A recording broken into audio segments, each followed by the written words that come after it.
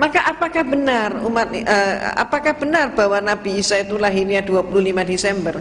Ini yang saya kupas dalam buku saya. Kita umat Islam mengetahui bahwa Rasulullah SAW lahirnya persis 12 Rabiul Awal. Maka kalau dikatakan 25 Desember kelahirannya Nabi Isa, apa betul seperti itu?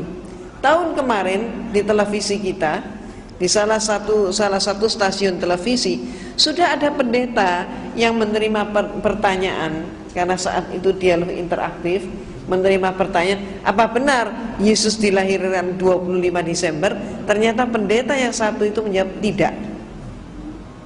Nah, apakah kemudian pada tahun ini nanti mereka juga akan berani untuk menyampaikan bahwa sebetulnya yang terjadi tidak seperti itu, bahwa Natal ini bukan kelahiran Nabi Isa? Ibu-ibu dan bapak-bapak yang dirahmati oleh Allah, kita telaah dulu siapa yang sebenarnya lahir 25 Desember.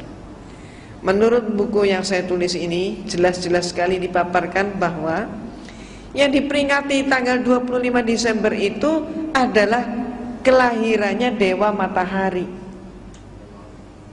Nah, mengapa Dewa Matahari kemudian dipakai sebagai peringatannya kelahirannya Nabi Isa yang oleh mereka disebut Yesus? Peristiwanya ketika rakyat Romawi masih beragama politisme paganisme.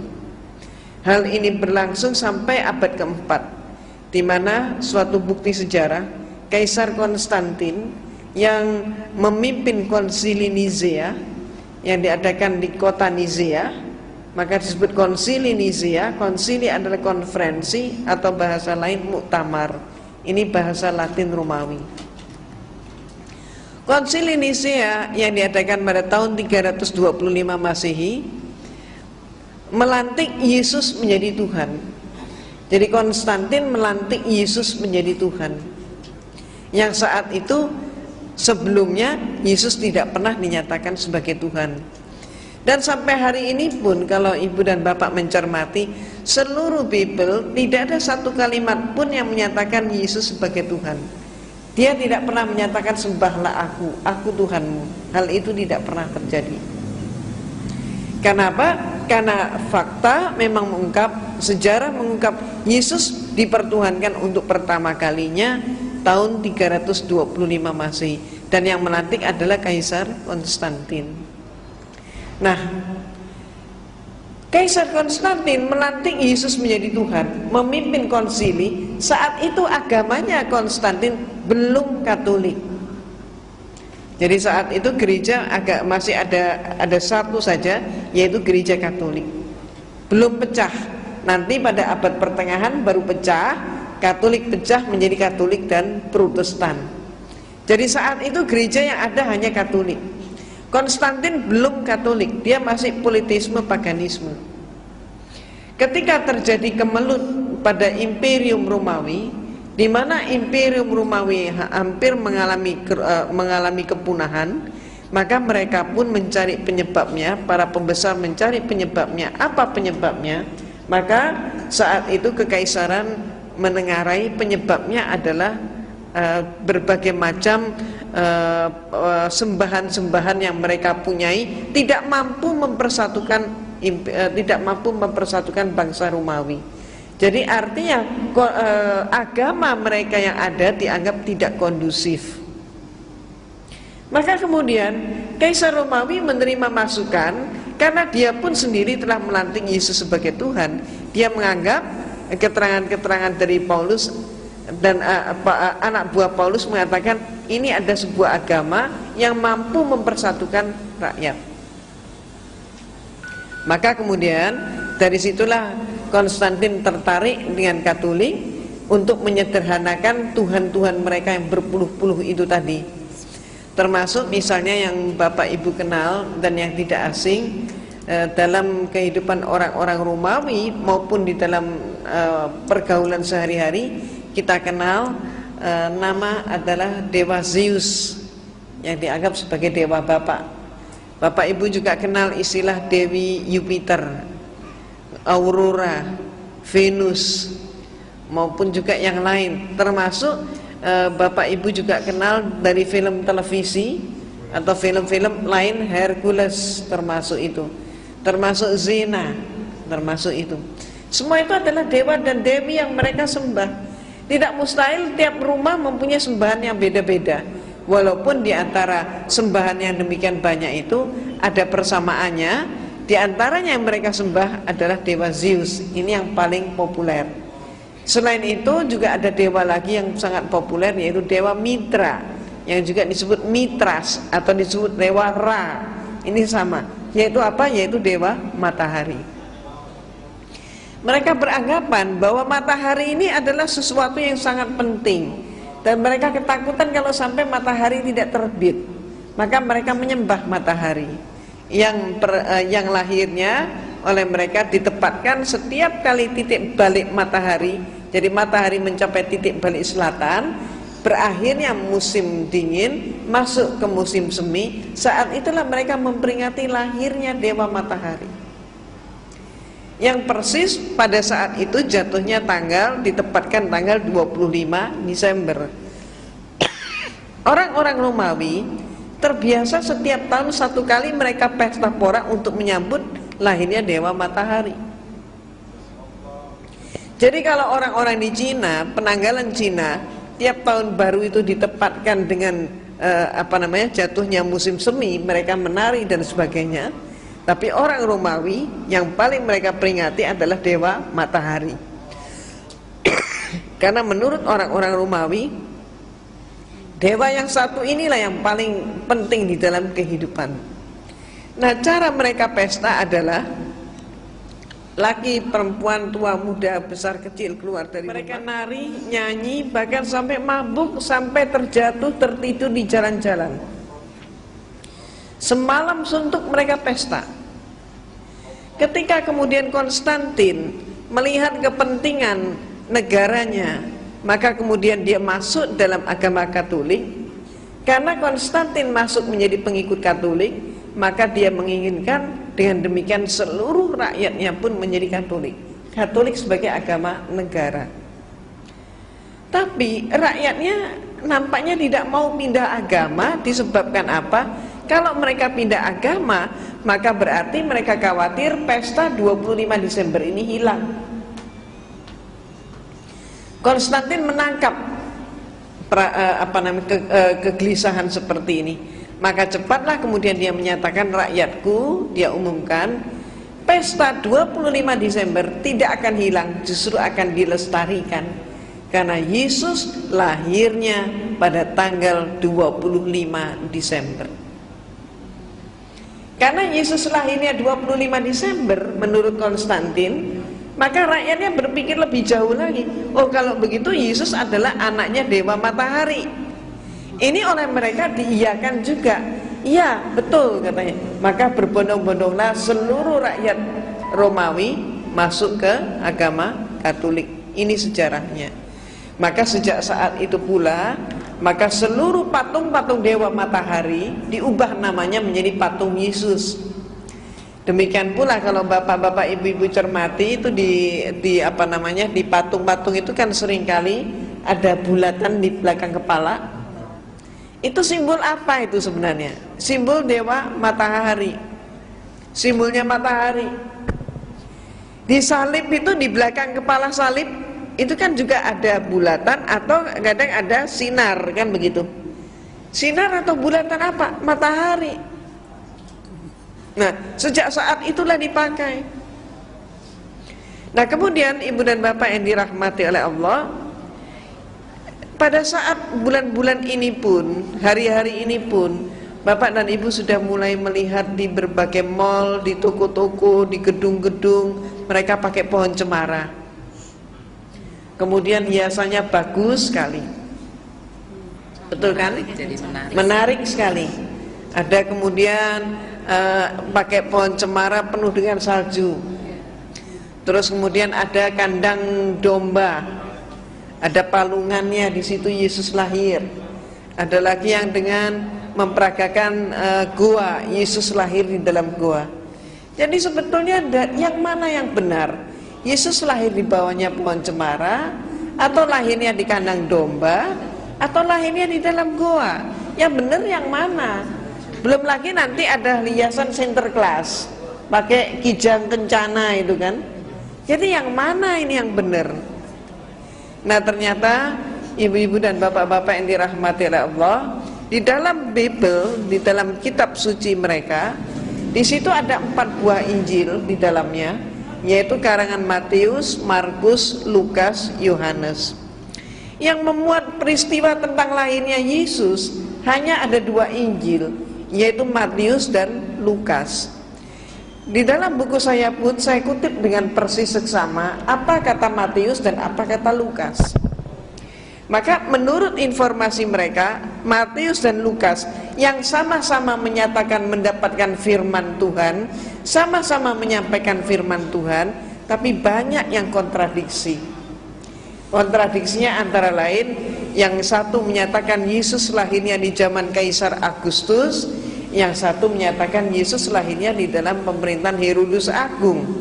Konsekuensinya berarti perbedaan pendapat di antara mereka ini berarti mempengaruhi penentuan tahun 1 Masehi sebagai tahun kelahiran Nabi Isa.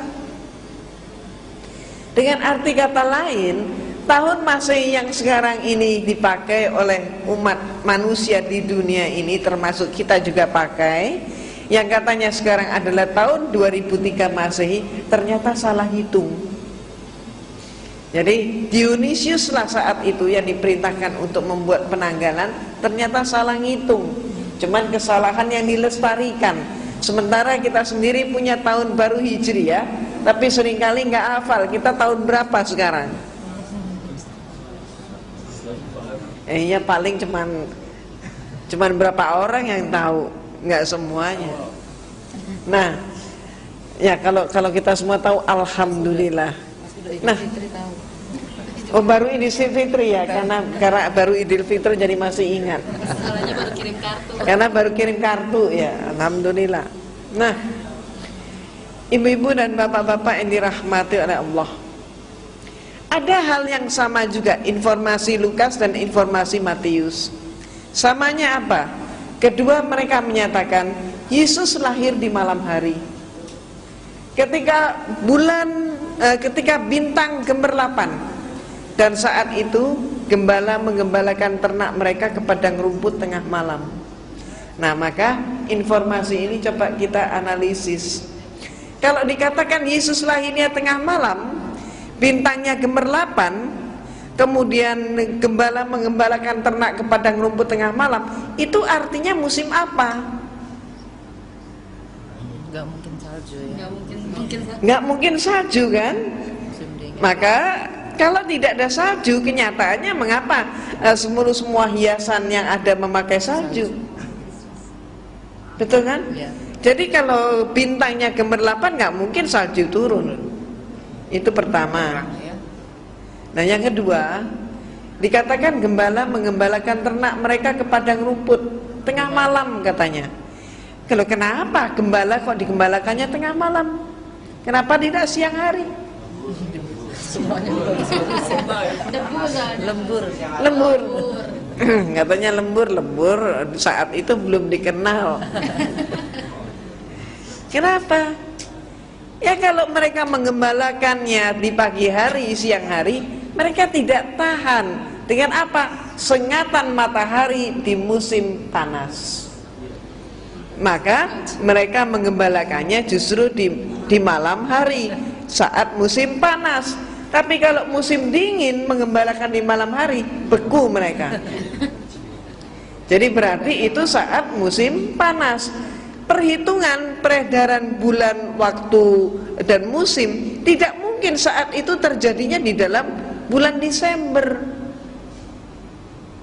Nah, sehingga pertanyaannya, siapa sebenarnya yang mereka peringati? Dan nantinya ketemu yang mereka peringati sesungguhnya adalah dewa matahari. Itu sebabnya maka kitab Yahudi mengatakan Yesus lahirnya di dalam bulan Elul. Nah, bulan Elul itu kapan? Bulan Elul itu antara Juli September, bukan Desember. Kalau kitab suci Al-Quran, maka kita simak bersama firman Allah di dalam surat Maryam. Dikatakan dalam surat Maryam bahwa Nabi Isa alaihissalam dilahirkan oleh ibunya di bawah pohon korma. Ketika pohon korma berbuah dengan lebat, maka pangkal korma digoyang, buah korma pun berguguran.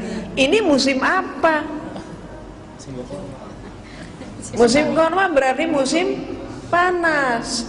Jadi alhamdulillah ibu dan bapak, bulan Agustus yang lalu saya mendapatkan anugerah dari Allah, saya bisa berumroh. Nah, maka ketika mengadakan perjalanan ke Sharjah, maka di sana saya masuk sebuah museum. Di halaman museum itu ada pohon korma yang berbuah lebat. Dan saat itu di Saudi memang banyak sekali pohon korma yang buah kormanya pun berguguran di sekitar pohon itu. Sedang musim buah korma, pas panasnya pun sedang luar biasa.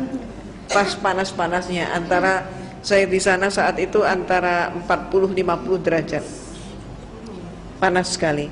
Dan kami semua yang mengunjungi museum itu dipersilahkan oleh penjaga untuk memetik buah korma dari pohonnya sendiri. Bagi orang Indonesia ini suatu yang sangat langka. Maka kemudian ketika saya petik satu buah korma, apa yang terjadi? Satu saya tarik, yang lain pun berguguran.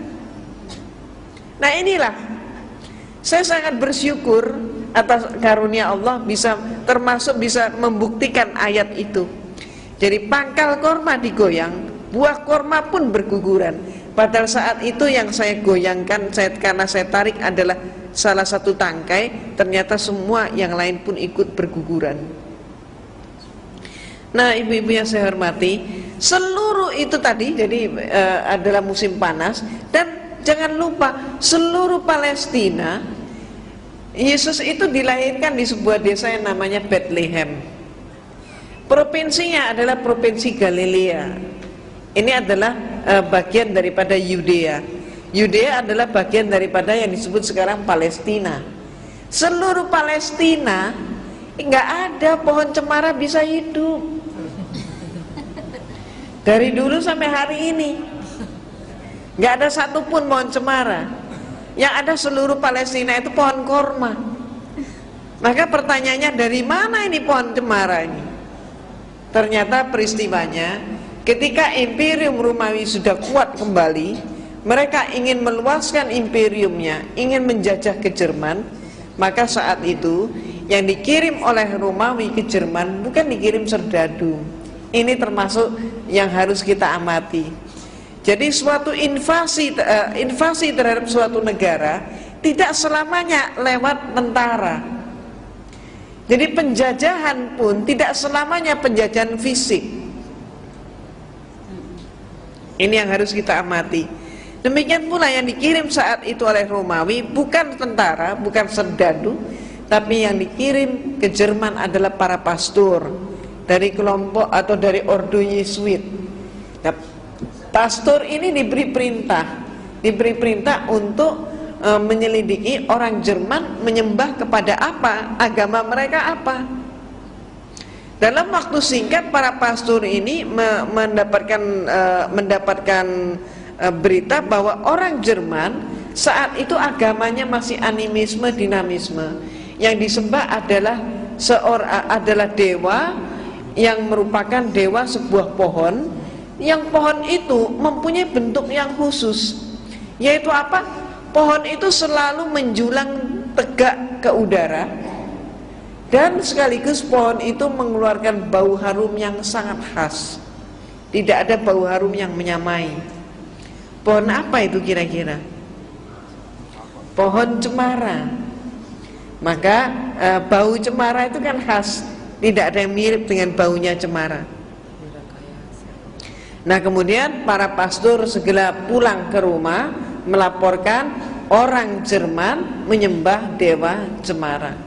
Maka kemudian Konstantin segera mengadakan rapat, dan kemudian hasilnya mengirim semakin banyak pastor ke Jerman. Armada pastor dikirim, perlunya apa? Untuk menyebar ke seluruh pelosok Jerman dengan mengatakan Yesus lahirnya di bawah pohon cemara.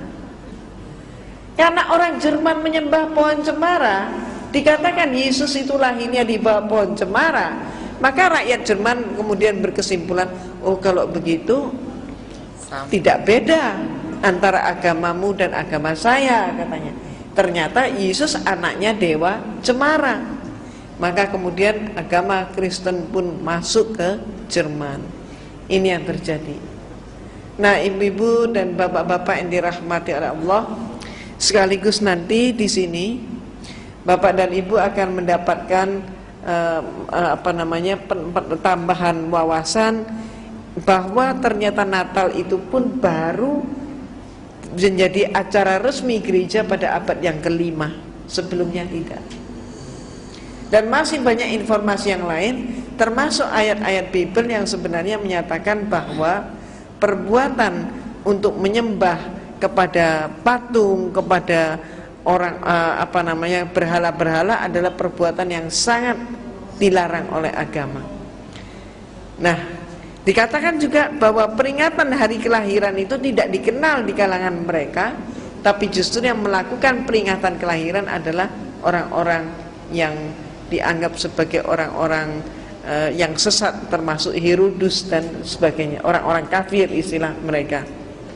Nah, sekarang pertanyaannya, dengan mengetahui bahwa muatan daripada 25 Desember Natal itu ternyata tidak benar, bertentangan dengan akidah kita, maka sekarang menjadi suatu pemikiran ulang hendaknya, apakah kita juga ikut masih tetap mengucapkan selamat Natal.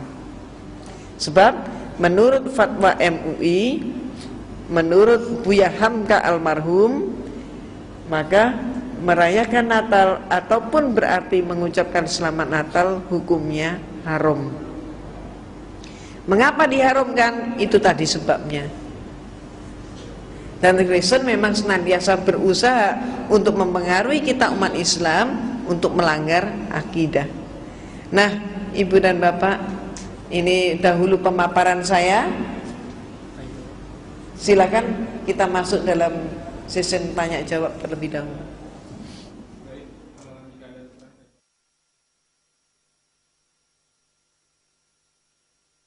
Islam berarti sebenarnya non Islam. Yang saya ingin tanyakan pertama, apakah yang menyebabkan itu dari Islam awalnya? Karena yang saya dengar sebelumnya non Islam berarti punya agama yang lain. Yang barangkali waktu itu sebelumnya menarik juga menurut ibu. Kedua, nggak hadir mungkin. Kenapa tidak hadir? Mengajak teman-teman ibu yang sampai sekarang mungkin masih non-Islam. Terima kasih. Assalamualaikum warahmatullahi wabarakatuh. Pertanyaannya singkat ya. Ketahuan bapak yang waktu saya pertama kali kesini nggak hadir. Nah, memang pada saat kehadiran saya yang pertama, insya Allah disitulah saya sudah menceritakan. Ya, jadi memang benar saya adalah mantan biarawati, dan kemudian secara singkat saja, saya alhamdulillah menerima hidayah Allah justru setelah saya menekuni perbandingan agama, di mana saya berdiskusi panjang dengan dosen-dosen saya tentang konsep ketuhanan. Nah, itu yang menjadi alasan. Dan insya Allah bapak kalau ingin mengetahui dengan lebih rinci, insya Allah barangkali nanti transfer informasi begitu. Nah, kemudian berikutnya lagi, mengapa tidak mengajak? Ya, tidak mengajak, saya tidak langsung menjawab. Hanya saja mari kita kembali mempelajari sejarah tentang kehidupan Nabi Ibrahim alaihissalam. Jadi ayahnya Nabi Ibrahim alaihissalam juga seorang arsitektur penyembahan berhala. Nah, kemudian bagaimana dengan paman Rasulullah SAW? Paman Rasulullah membackup perjuangan Rasulullah. Semuanya dicurahkan, harta, tenaga, dan sebagainya. Tapi ketika paman Rasulullah SAW diajak, ya paman, ayolah kita seagama dalam Islam. Apa jawab pamannya? Aku adalah seorang dari kalangan bangsawan Quraisy. Tidak mungkin katanya. Dan itulah Pak, jadi kembali intinya Islam adalah hidayah Allah. Tidak mungkin kita memaksakan seseorang. La ikraha fiddin. Jadi demikian pula. Namun alhamdulillah juga sudah cukup banyak yang menjadi Islam. Namun itu tadi, setiap manusia mempunyai kebebasan. Dan kembali hidayah datangnya dari Allah. Izin dari Departemen Kesehatan, sesuai dengan tadi disampaikan oleh pengambil temanya hukum Ibu Ustazah adalah pelayanan atau toleransi. Yang ingin saya tanyakan adalah bentuk konflik yang bagaimana barangkali Ibu Ustazah bisa menyampaikan kepada kami, karena di lingkungan kami mungkin masih banyak yang non-muslim. Jadi kalau memang tadi sudah jelas pelayanan kamu mengucapkan apa itu haram hukumnya, barangkali kita bagaimana harus menyikapi dan apa yang harus kita sampaikan. Terima kasih. Terima kasih Ibu dan ibu-ibu yang saya hormati, bapak-bapak yang saya hormati. Insya Allah Ibu, ada sebuah ayat Allah yang senantiasa kita dengar di masyarakat kita, yaitu antara lain lakum dinukum waliyadin. Jadi ayat Allah ini mengatur hubungan toleransi kita. Jadi toleransi itu apa definisinya? Sebetulnya sederhana, toleransi artinya lakum dinukum waliyadin. Jadi kalau kita mau tahu batasannya toleransi, ya itu. Toleransi adalah lakum dinukum waliyadin, agamamu agamamu, agamaku agamaku. Jadi biarlah mereka dengan agamanya, biarlah mereka melaksanakan ibadahnya, tapi kita pula melaksanakan ibadah kita dengan agama kita. Artinya mereka silakan berjalan, kita tidak mengintervensi mereka. Dan demikian pula kita biar berjalan, kita tidak terintervensi oleh mereka. Jadi timbal baliknya demikian. Artinya Ibu, suatu toleransi akan berubah menjadi intervensi kalau kita sudah masuk dalam lingkup akidah mereka. Ya Bu ya. Nah ini, jadi jelaskan. Kalau kita sampai mengucapkan selamat Natal, berarti sudah bukan toleransi tapi intervensi. Nah, disinilah yang kita harus cermat. Saya ada dua pertanyaan. Yang saya tahu tuh Bu, Nabi Isa itu, Yesus yang sekarang simbol oleh umat Islam, itu adalah samaran dari Nabi Isa. Nabi Isa itu kan mau dibunuh, jadi dibuat samarannya. Dia disalib itu, jadi yang disembah oleh orang Kristen yang sekarang itu ialah samaran dari Nabi Isa. Itu yang pertama. Yang kedua Bu, kita kan mengucapkan memberi selamat dulu pada orang Kristen itu tergantung niat. Gimana Bu kalau kita niat kita ini hanya sekedar untuk memperpanjang silaturahmi lah. Istilahnya dia kan waktu kita Idul Fitri dia mengucapkan selamat Idul Fitri. Baru datang. Sekedar asal bapak senang lah gitu. Istilahnya bisa aja. Nggak ada niat untuk agama segala macam untuk keadilan. Tengan. Jadi saya di belakang. Cuma ada pertanyaan sedikit ya. Iya. Pada waktu awal ceramah belum datang kan? Nah, ya udah bener deh. Nah, ya jadi itu tadi sebenarnya sudah saya jawab ya. Jadi intinya di sini bahwa setelah kita tahu muatan apa, disinilah kita harus membedakan mana hablum minanas dan mana hablum minallah. Jadi sebatas toleransi itu adalah sebatas hablum minanas. Tapi jangan sampai hablum minanas kita kemudian merusak hablum minallah. Ini sudah wilayah akidah. Jadi artinya kalau seseorang itu berbuat baik kepada kita, kita wajib berbuat baik kepada yang bersangkutan.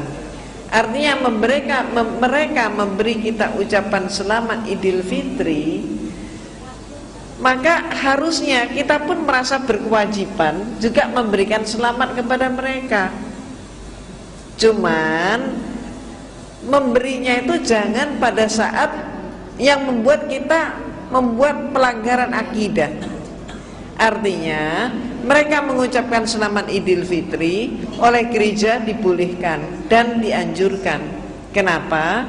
Karena Idul Fitri adalah sebatas hablum minanas.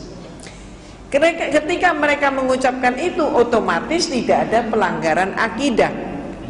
Tapi kalau kita mengucapkan selamat Natal, ceritanya jadi lain. Ini sudah bukan wilayah hablum minanas, tapi sudah menyangkut wilayah hablum minallah. Itu sebabnya kita wajib membalas kebaikan mereka mengucapkan selamat Idul Fitri, tapi momennya jangan momen Natal. Jadi kalau mereka mengirim parcel begitu kan, mereka kan baik gitu ya. Ya kita juga wajib baik juga. Mau ngirim parcel ayo boleh, tapi jangan persis mengucapkan selamat Natal. Ucapkanlah misalnya selamat Anda semoga mendapatkan rezeki yang semakin berlimpah, boleh. Semoga Anda berusia 1000 tahun lagi, boleh. Asal tidak mengucapkan selamat Natal. Satu ini aja. Kenapa? Karena muatannya itu tadi sudah muatan akidah. Itu ya.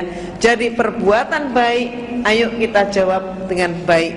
Perbuatan baik kita balas dengan baik. Hanya kita harus meletakkan yang tepat pada tempatnya. Itu saja permasalahannya. Apa itu? Oh, Nabi Isa. Iya. Jadi Nabi Isa. Nah, di sini nampaknya kita juga penting umat Islam untuk mengetahui tentang kristologi. Jadi orang Kristen pun 90% tidak paham bahwa sebenarnya Yesus ketika lahir namanya bukan Yesus.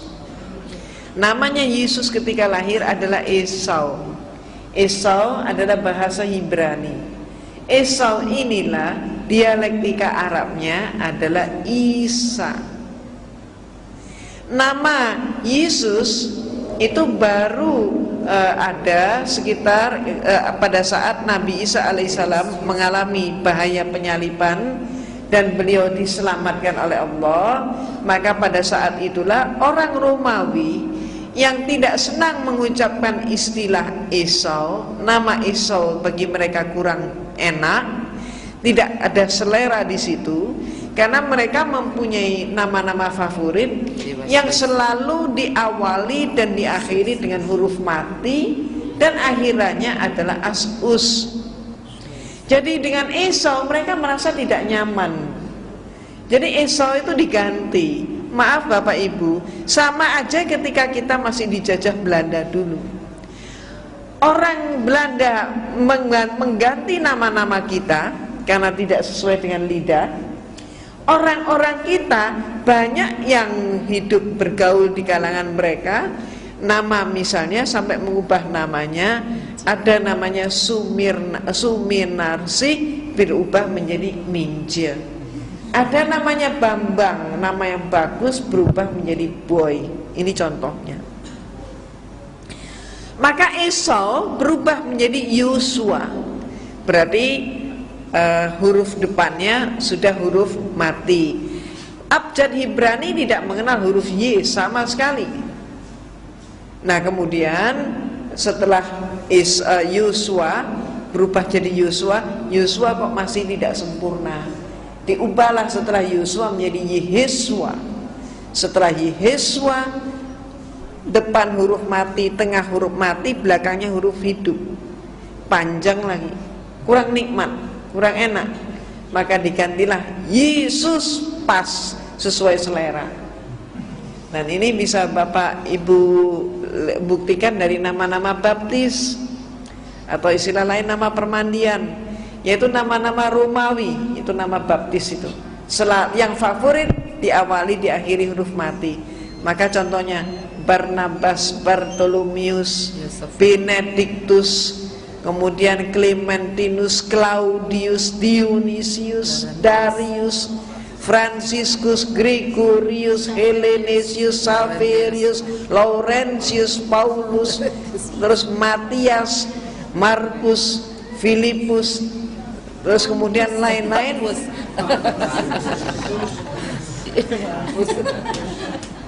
Stefanus sampai dengan huruf Z, Zebedeus, itu ceritanya. Jadi lain yang disebut Nabi Isa atau Yesus lain dengan Yudas, lain sama sekali. Ya. Jadi ini membutuhkan pemahaman yang lebih lanjut, tapi itu jelas lain. Ada ibu. Saya mau tanya ibu-ibu. Iya. Ya. Sebenarnya tadi pertanyaan yang saya sampaikan di biasanya saya punya tetangga yang Nasrani. Jadi setiap saya Idul Fitri dia selalu mengantarkan makanan berupa parsel atau cake atau apa gitu. Tapi dia nggak mengucapkan selamat Idul Fitri karena untuk membalasnya keluarga saya biasanya mengantarkan kue tanpa mengucapkan selamat Natal pas hari Natal. Mungkin ibu tadi udah bilang kalau nganterin parsel boleh tapi jangan pas Natal pas tahun baru. Itu gimana? Kita mau ucapin tapi kita tetap nganter gitu. Ditunda 1 hari deh. dengan alasan ya, atau ditunda atau didahuluin gitu. Didahului berarti merayakan dong. Ya, lebih baik ditunda, itu yang aman. Jadi dengan alasan maaf ya kami tadi kemana begitu. Nah. Ibu mau tanya dulu. Mau tanya boleh? Ini sih bapak. Oh, iya, bapak dulu.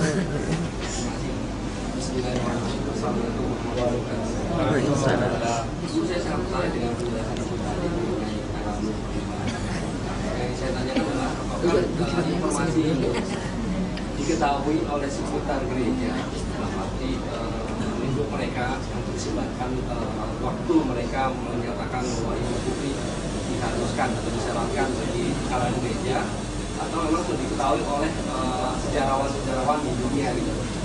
Karena ada beberapa kayak Armstrong sendiri membuat satu buku mengenai sejarah Tuhan. ya, apakah informasi ini juga diketahui oleh sejarawan-sejarawan di luar atau hanya lingkungan gereja yang itu satu. Yang kedua, saya sempat juga searching di website, cuman satu kali saya baca mengenai yang Islamic Invasion itu ya.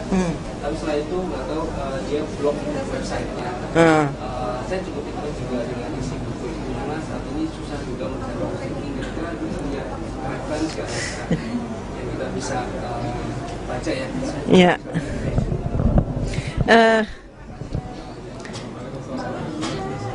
Insya Allah buku itu di kios-kios buku Kristen ada. Ya, Islamic Invasion itu ada. Tapi kalau sekaligus gitu ya, Bapak jangan hanya baca buku itu. Dan sebenarnya saya tidak merekomendir untuk umat Islam membaca buku itu. Kenapa? Saya khawatir nanti ada guncangan-guncangan. Namun kalau Bapak insya Allah lah. Nah, sebaiknya yang dibaca adalah justru buku ini. Dan ini sudah ada di hadapan Bapak. Nah, dan ini kan untuk menjawab Islamic Invasion. Memang buku ini insya Allah yang akan justru memberikan penjelasan kepada kita, sekaligus juga untuk menguatkan akidah kita. Itu Pak ya. Terus kemudian tentang Natal tadi, perlu kita pahami Pak, gereja agar supaya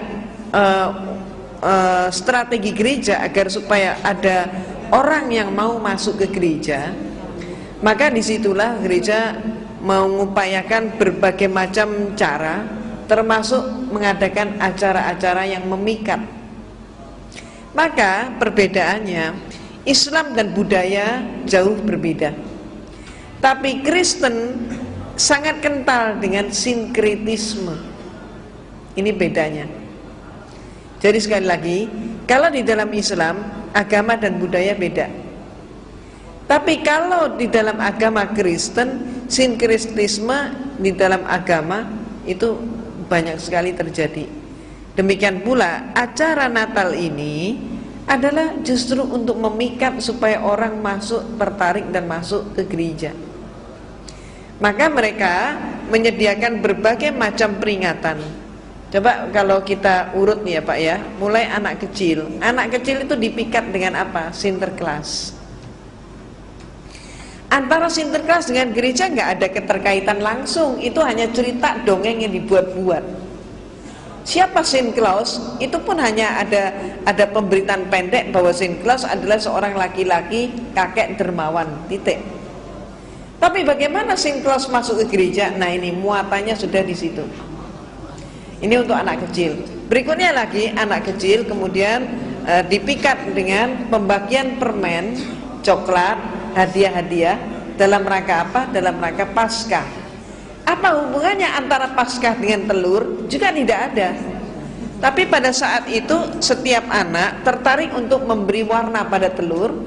Kemudian diadakan acara keranjang sekeranjang telur, dihias bagus, diumpetin. Siapa yang bisa mencari mendapatkan, selain dapat telur, dapat coklat, dapat permen, juga dapat hadiah. Nah ini untuk memikat anak-anak supaya mereka mau masuk ke gereja. Demikian pula alat musik. Alat musik kenapa dimasukkan ke gereja? Untuk mengikat terutama kalangan remaja.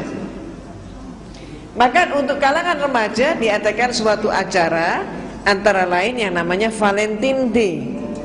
Apa hubungannya Valentine Day dengan gereja? Tidak ada, tapi dipakai acara itu. Kemudian ada lagi yang namanya untuk segala umur adalah April Mop. April Mop dijatuhkan pada tiap tanggal 1. Itu adalah satu hari penuh selama 24 jam, di mana seseorang itu dihalalkan untuk berbohong macam apapun juga. Dan yang dibohongi nggak boleh marah. Nah ini kan acara yang menarik gitu Pak. Ketika seseorang itu bohong dan yang dibohongin itu kaget sampai nangis segala macam. Misalnya ada berita dengan berita yang menyatakan pacarmu tadi kecelakaan lalu lintas. Oh ini sudah nangis nih yang diberitahu, pacarnya kecelakaan lalu lintas. Maka yang bersangkutan datang dengan baju berdarah. Ternyata baju berdarah dari pemotongan hewan. Ternyata pacarnya nggak apa-apa, nggak mati, tapi dia dibilang April Mop, jadi nggak boleh marah. Dan acara-acara itu kan nggak ada sangkut pausnya dengan acara keagamaan, tapi masuk dalam bagian mereka. Termasuk apa dahulu yang sangat oleh mereka dikatakan itu sebagai acara berhala, yaitu Halloween. Halloween dulu nggak boleh. Tapi kita tahu sendiri, lambat laun gereja juga pakai Halloween. Karena seru ya. Karena seru, menarik kan. Nah itu Pak, acara-acara mereka begitu. Jadi informasi sebenarnya itu sebetulnya bisa didapat di berbagai ensiklopedia, baik ensiklopedia Americana maupun juga Katolikana, Britannica juga ada. Tapi memang tidak di blow up untuk seluruh umat. Kenapa? Kalau di blow up, umat tahu bahwa sebetulnya tidak seperti itu, mereka nggak mau Natalan. Kalau tidak mau Natalan, konsekuensinya gereja sepi. Karena gereja itu ramainya justru pada saat Natal. Natalnya dibuka, gerejanya sepi dong Pak. Nah, jadi itulah sebabnya. Artinya di dalam sini kalau umum untuk masuk dari akses ke sana diperbolehkan ke gereja atau memang hanya kalangan gereja aja. Seperti Ibu pada situ kan Ibu dari non muslim masuk ke muslim itu karena Ibu pelajari. Iya. Apakah informasi tersebut hanya diakses oleh internal gereja sendiri atau hal yang ramai pun boleh diakses informasi dari nikah ada di Americana itu? Biasanya untuk kalangan terbatas Pak. Bukan cuma kalangan gereja, kalangan terbatas. Kalangan tokoh-tokoh aja yang ngerti. Umatnya pun nggak ngerti. Jadi itu suatu juga perjalanan rohani saya, yang saya pada saat yang lampau sempat menggerutu kepada Allah, mengapa saya mengalami perjalanan hidup panjang kalau Allah sudah menakdirkan saya menjadi muslimah. Kenapa saya tidak dilahirkan dari ayah dan ibu yang Islam, tapi mengapa saya harus lahir dari orang tua yang beragama Katolik dan masuk biara pula. Nah itulah ternyata semua itu. Kemudian saya menyadari, saya baru sadar pada tahun 92 saat saya masih di Makkah, di Masjidil Haram saat haji. Maka segera saya pun mohon ampun, sekaligus sujud syukur bahwa Allah Maha Pemurah, sehingga saya mampu menikmati nikmatnya iman dan nikmatnya Islam justru dengan perjalanan panjang seperti itu. Itu ya Pak ya. Baik, kajian apa ini kita sudahi, berhubung jam 2 nanti ada acara. Kesimpulan dari makna toleransi adalah mampu didukung oleh adik. Ya. Untukmu agamamu, untukku agamaku. Iya betul. Seiring dengan semangat untuk memperbaiki diri, semoga hidayah tercurah bagi kita semua. Sebagai terakhir mungkin kita bacakan doa penutup majelis. Subhanallahumma